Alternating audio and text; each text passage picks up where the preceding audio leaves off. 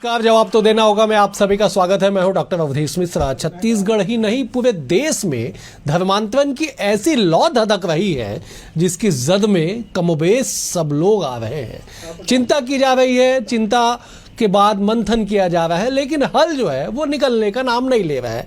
दिन प्रतिदिन समस्याएं बढ़ती जा रही है। ताजा मामला कांकेर का है। कांकेर में हुए 4 दिनी विवाद के बाद एसपी को हटा दिया गया, लेकिन मामला इतना भड़का कि छत्तीसगढ़ बंद का आह्वान और व्यापक सफल जो है बंद दिखाई पड़ा।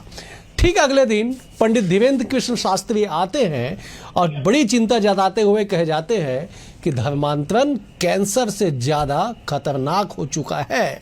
लेकिन सवाल यह है कि इस खतरनाक और लाइलाज बीमारी का इलाज करेगा कौन, और क्या केवल चर्चाओं से ही इस गंभीर समस्या का समाधान हो जाएगा?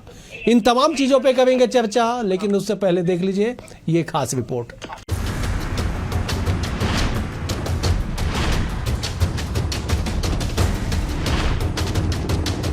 छत्तीसगढ़ में धर्मांतरण का मसला पूरी तरह सियासी रणभूमि बन चुका है।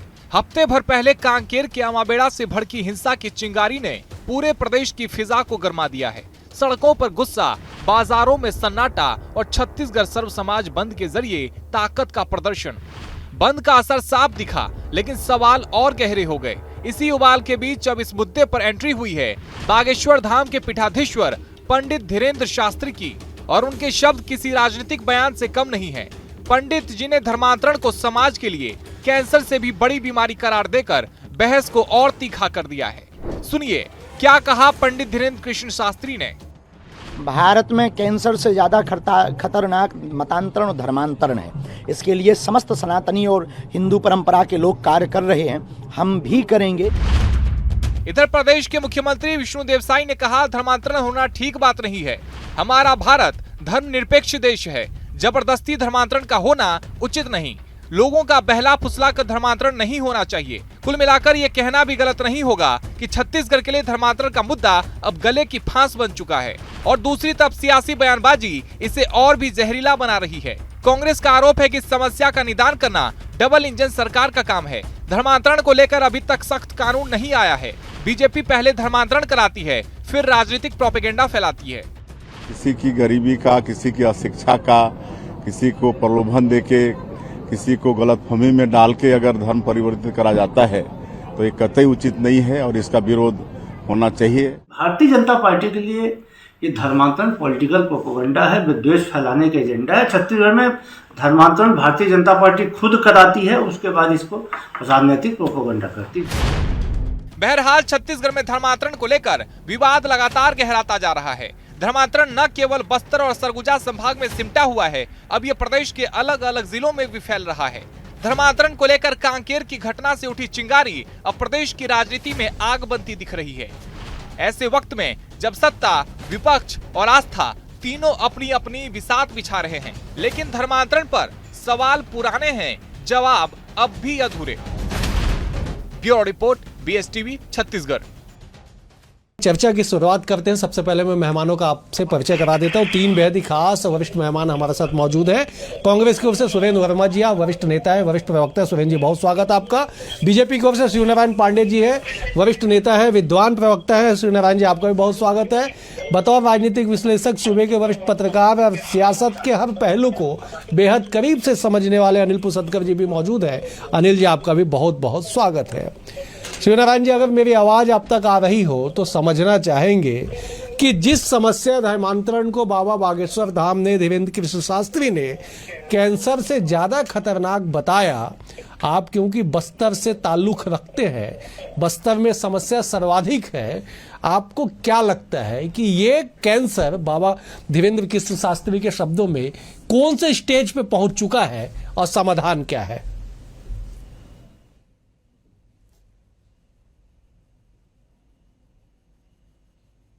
जनजातीय समाज है, वो लाखों वर्षों से है। उसकी अपनी एक धर्म है, संस्कृति है, अपना एक रहन सहन है, अपना एक परिवेश है। और धर्मांतरण जब होता है तो उसमें उस समाज में एक विजातीय भाव की उत्पत्ति होती है, विजातीय भाव पैदा हो जाता है। उनकी संस्कृति वास्तव में आदिवासी की पहचान ही विशिष्ट संस्कृति है।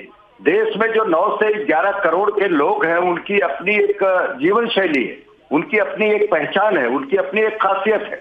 और जब धर्मांतरण होता है तो एक विजातीय तत्व उसमें प्रवेश कर जाता है, वो समाज में एक टूटन पैदा करता है, असंतोष पैदा करता है, उनको उनकी संस्कृति से दूर ले जाता है।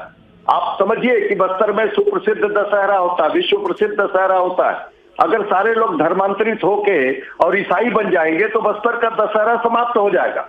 गांव में गुड़ी है, वहां पर उनकी पूजा पाठ, उनकी रूढ़िगत प्रथाएं हैं, मान्यताएं हैं, वो सब समाप्त हो जाती है, वो सम्मिलित नहीं होते। समस्या है शिवनारायण जी, आप वाजिब बात कह रहे हैं कि साहब अगर आदिवासी धर्मांतरित हो जाएंगे तो बस्तर का दशहरा समाप्त हो जाएगा, तमाम तरह की दिक्कतें होंगी।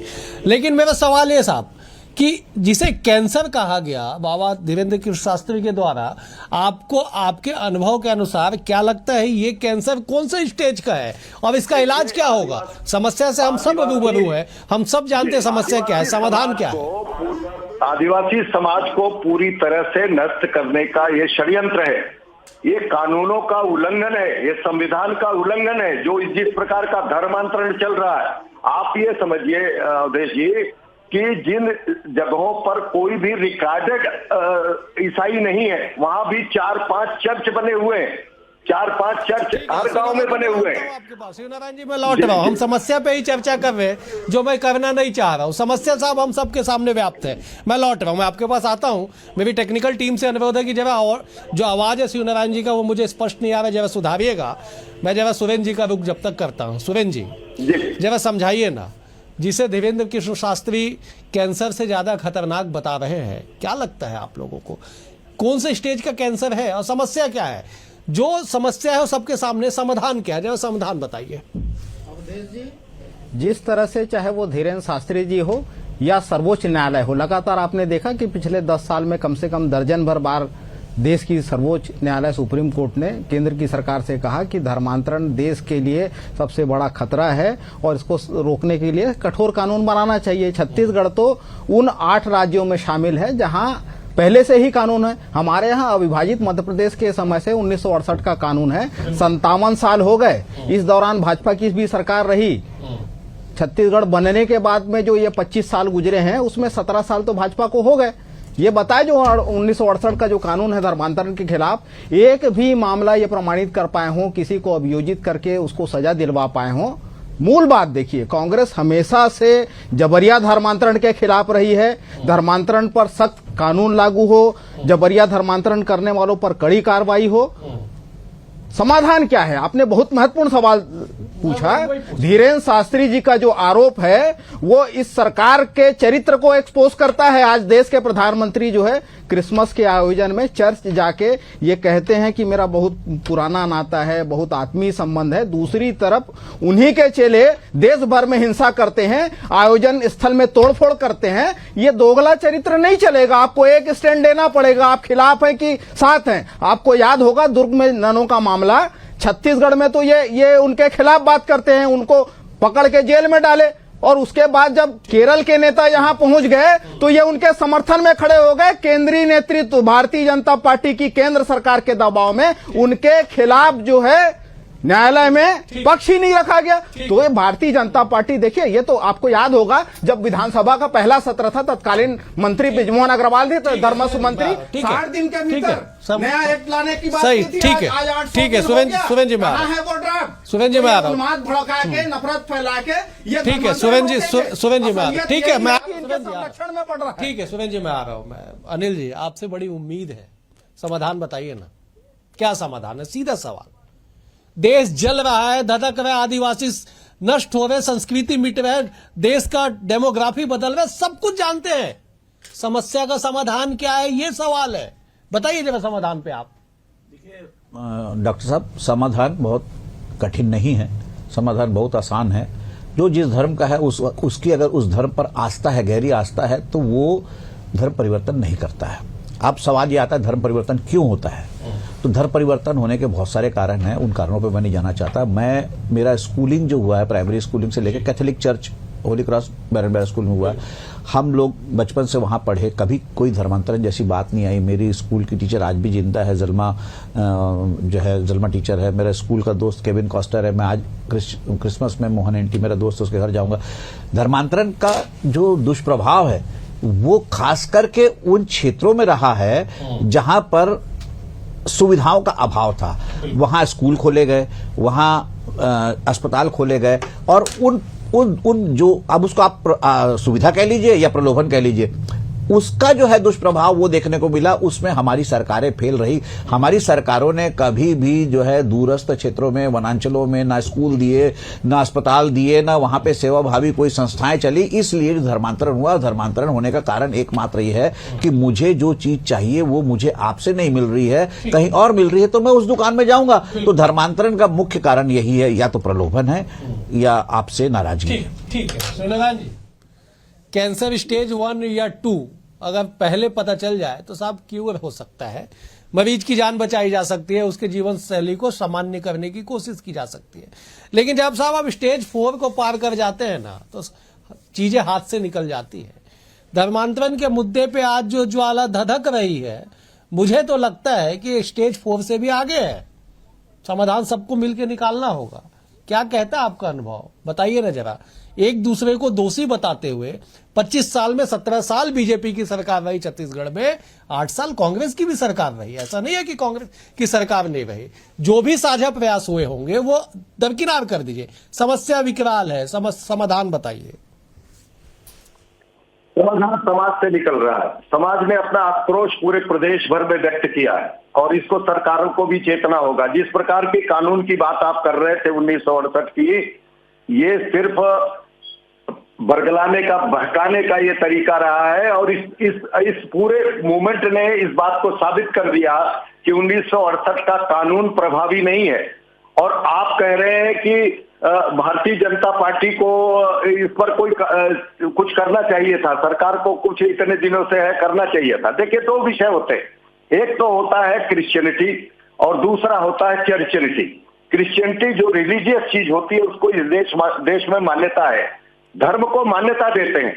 क्रिश्चियन एज ए रिलीजन उसमें कोई आपत्ति नहीं। लेकिन जब चर्चियनिटी खड़ी होती है, जब विस्तारवाद खड़ा होता है, जब अपनी संख्या बढ़ाने की मुहिम शुरू होती है, तो वहां आपत्ति खड़ी हो जाती है। लोगों के जो अभाव का अगर दुरुपयोग किया जाता है अपनी संख्या बढ़ाने में और अपनी मान्यता बढ़ाने में, तब वहां पर संकट खड़ा होता है। और यही नहीं, किसी भी स्थायी समाज में एक व्यतिक्रम जब पैदा किया जाता है, उनकी आस्था के साथ खिलवाड़ किया जाता है, उनकी मान्यताओं को जो अपमानित करने की कोशिश की जाती है, तो समाज बर्दाश्त नहीं करता। ऐसी ही स्थिति यहाँ पर आई हुई है। और बस्तर में जो एक प्रकार से जैसे सौदा का मामला है, अब बताइए कि कोई भी समाज अपने सौदागृह में या अपने शमशान में किसी दूसरे विजातीय को स्थान नहीं दे सकता। दूसरे सुप्रीम कोर्ट ने जिस प्रकार की बात कही गई, सुप्रीम कोर्ट ने खुद कहा कि हर समुदाय के लोगों का वहीं पर जो है क्रिमेशन होगा, जो कि निर्धारित स्थान है वहीं पर होगा। अब स्थिति ये है, रिकॉर्ड ये कहता है कि एक गांव में ईसाई है ही नहीं, वहां आदिवासी ही है। आरक्षण का लाभ लेना है तो आदिवासी बन के रहना है, और जैसे ही वो बात खत्म हो जाती है तो तुरंत पता चलता है कि वो आदिवासी बन जाते हैं। इस विभेद को भी कड़ाई के साथ खत्म करने की जरूरत है। और आज आपको मालूम होना चाहिए कि ये जो विभीषिका समाज के सामने आई है उसका समाधान कानूनी भी है। इस सरकार ने ये कहा है कि हमने ड्राफ्ट कर लिया है और इस प्रकार के सख्त कानून लाएंगे जो धर्मांतरण में छद्म रूप से इन्वॉल्व होते हैं। मैं दूसरी बात राजनीतिक ये कहना चाहता हूं, वो ये कहना चाहता हूं कि अभी तक जो कांग्रेस का स्टेटस रहा है उनके सिर से एक मिनट मुझे कह लेने दीजिए। अभी वर्मा जी कह रहे थे, जो शीर्ष नेतृत्व से लेकर प्रदेश नेतृत्व तक खुलेआम उन लोगों को प्रोत्साहित किया रहा, उसका प्रमाण है।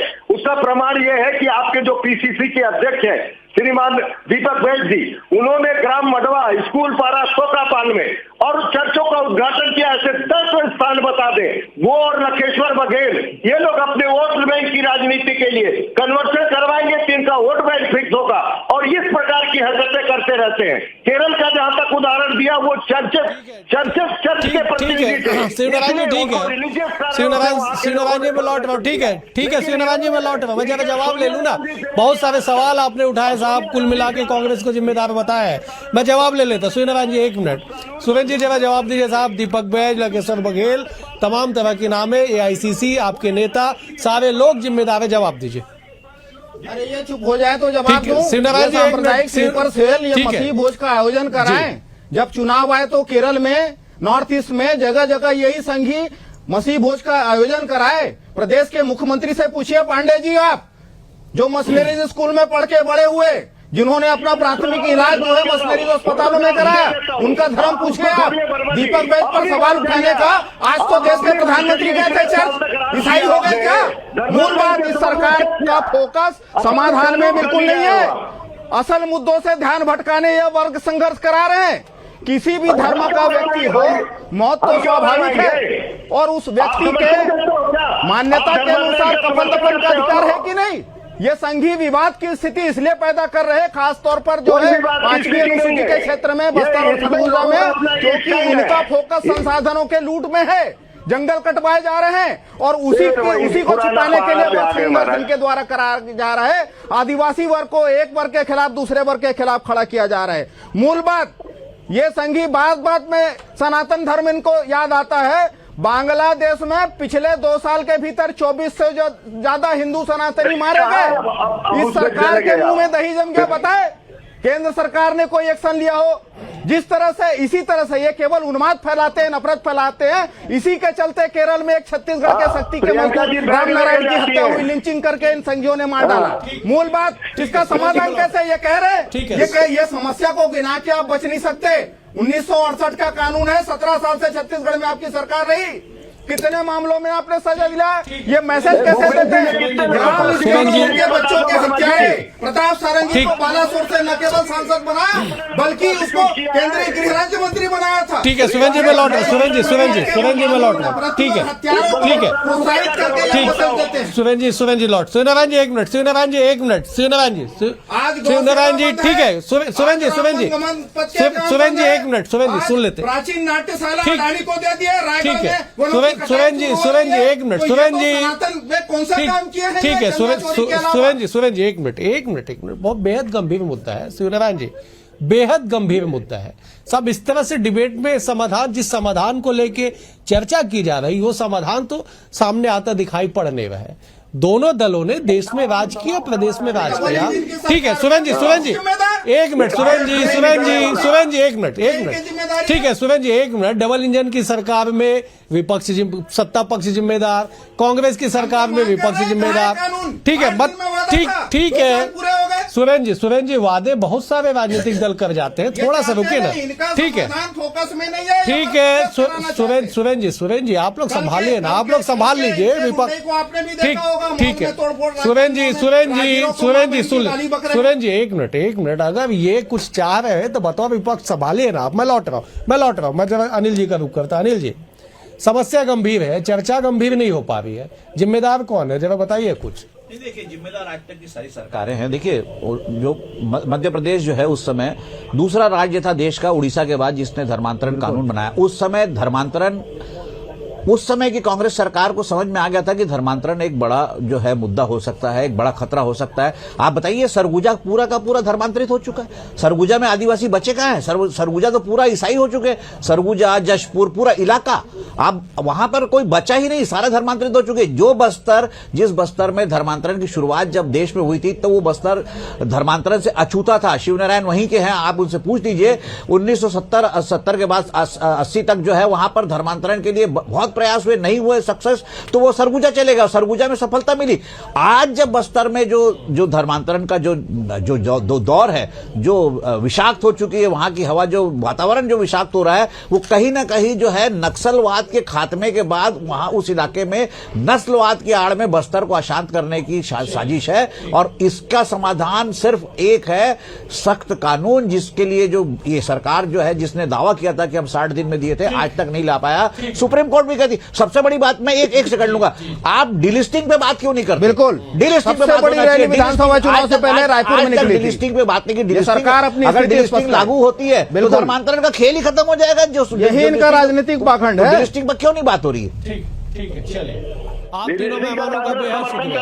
अनिल जी आपका शुक्रिया, सुरेंद्र जी आपका शुक्रिया, सूर्यनारायण जी आपका भी बहुत बहुत शुक्रिया। समय का अभाव है, मुझे समाप्त करना होगा। कुल मिला के ये है कि समस्या जितनी गंभीर है, अगर चर्चा और समाधान की ओर इतनी ही गंभीरता से कुछ पहल किया जाए तो शायद आप कैंसर जैसे बीमारी से तुलना ना करें। लेकिन सवाल यह है कि इस समस्या से रूबरू सबको ही है। समाधान की चाह अगर वास्तविक में साझा प्रयासों से आए तो शायद धरातल पे कुछ संभव हो जाए। फिलहाल आज के लिए इतना ही। बने हुए BSTV के साथ, कल एक और विषय के साथ होगी मुलाकात। तब तक के लिए नमस्कार।